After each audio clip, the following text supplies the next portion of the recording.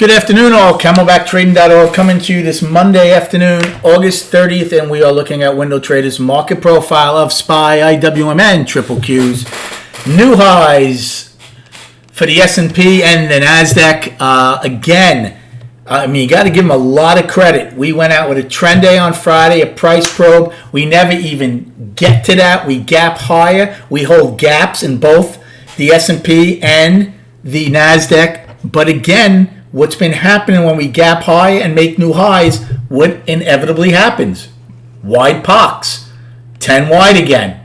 So the buyers get going, and they didn't look like they were going to have the energy in B. And I'll go over my trades in a minute, but it didn't look like they were going to have the energy. And then they did, and all of a sudden they did the same game they usually do, B, C, D, and then that was it, and trade sideways. We got with a poor high. What I was looking for in F happened in M. I would have loved a flush in F period to fill C singles for an afternoon pullback and go back. But didn't happen. Russell does not take out its IB. How's this for like a little fun fact? Russell opens and drives straight down $2.50 and then goes 12 wide. We don't get a perfect POC. We miss it in M. They trade in like a 70-cent range for the entire day until they attempted in M to go get the IB, but do not get it. Like I said, triple Qs, new all-time high, and a trend day in B. We hold two sets, one set also, only B. C got filled late. As far as my trades, very quiet afternoon. Now, I took a short in A period. When we opened, we gapped higher, went up. I did not take it right away, but as soon as it started to come back down, I'm like, maybe we'll go below and get the gap. Took it right above the opening, went down, did not fill the gap, but it paid me nicely on that first one, and those were the 453 puts. Now, B period was getting no acceleration at all, none. And then I took a 10 lot, and it started going against me. I actually held it. Again, it was a 10 lot. I was looking to get long in C on a really nice pullback. Never got it. Actually rode up again because it was a 10 lot. Yeah, I was getting hurt, but nothing huge. And then in D, when D went up and started stalling a bit, I took a bigger put play. And when that came in D, got back basically what I was down in on that 10 lot and what I made on the bigger lot. So that was okay. Nothing huge, but at least it offset all of the loss that I was having on the small lot. Then in E, I took a long. But right before D's low, I bought 150 calls, took 100 off right away because I wasn't sure if we were going to hold the one-time framing. I thought we would. That's why I did it. But it popped pretty good right off the bat. Took off 100 really for a quick 5-6 cents. That's it. And then took the rest of them off as we traded back up. And then I waited for the pullback. Didn't pull back the way I wanted to. I did take a call in F.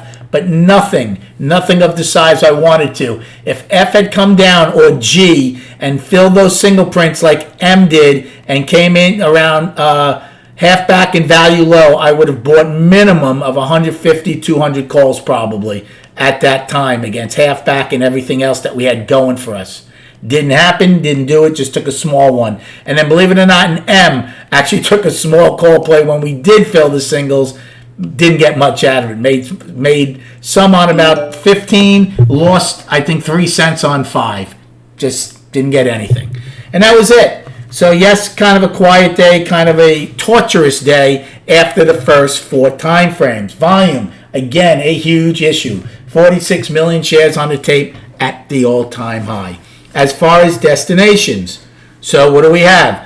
We have 2 to the upside. We have our 10 wide POC, which for me is L's low of 452.70. So that's the first upside destination. And then we have the all-time high, today's high of 453.07.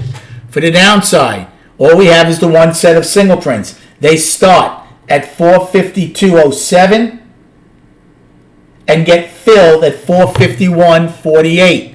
So from C's low to A's high. And then we have today's low of 450.71 and then filling the gap, which was, no idea. What was the gap fill? Friday's high. I forgot it already. Let me get it. I'll tell you right now. 450.65. So it's a small 6-cent gap. And then below that, you should have all the other ones. The price probe from Friday and the afternoon pullback low. So, again, does it look like a P shape? Yeah, but look, you can keep saying that, but it's a trend day. Did this look like a P shape? Yeah, but you have a trend day. You know, you can't discount these single prints. Okay? You just can't. What happened in M? Plain and simple. The market got too long. They didn't want to go home long. There's no excess. We have a poor high. We still have single prints. We still have a gap. So I really don't think the end of the world is about to happen, which everybody is looking for, right? They keep shorting it.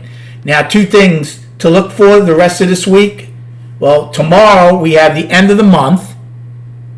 And the only other thing I think that could possibly upset this market is, we now have the Taliban dictating to us when to get out of Afghanistan. So it's 3:30 p.m. Eastern time. That's midnight for them tomorrow afternoon for us. So do I expect anything exactly at that time if we're not out? No. But it's certainly worth noting in case, whether tomorrow afternoon or tomorrow night, if we don't get out and God forbid something happens, that could be something for Wednesday morning. Will it be a long-term reaction? Of course not. This market doesn't care about that, but you can get a knee-jerk reaction. Other than that, we have non-farm payroll on Friday. So to be honest with you, unless there is a big, severe catalyst, I can see this market grinding for the rest of this week and even into next week with the holiday weekend coming upon us. And then quickly on the chart, monthly. Well, I'll go to monthly real quick. 10 months, 1 day to go in the month, getting distance further and further away from prior highs. Weekly was up last week, continues the up week this week, and it's a gap, right? Gap is my main focus. It's a weekly gap. And then on the daily, we went up on Friday, continue up today with the gap being our main focus. Hope you had a great day trading. Enjoy your evening, and we'll speak prior to the opening tomorrow.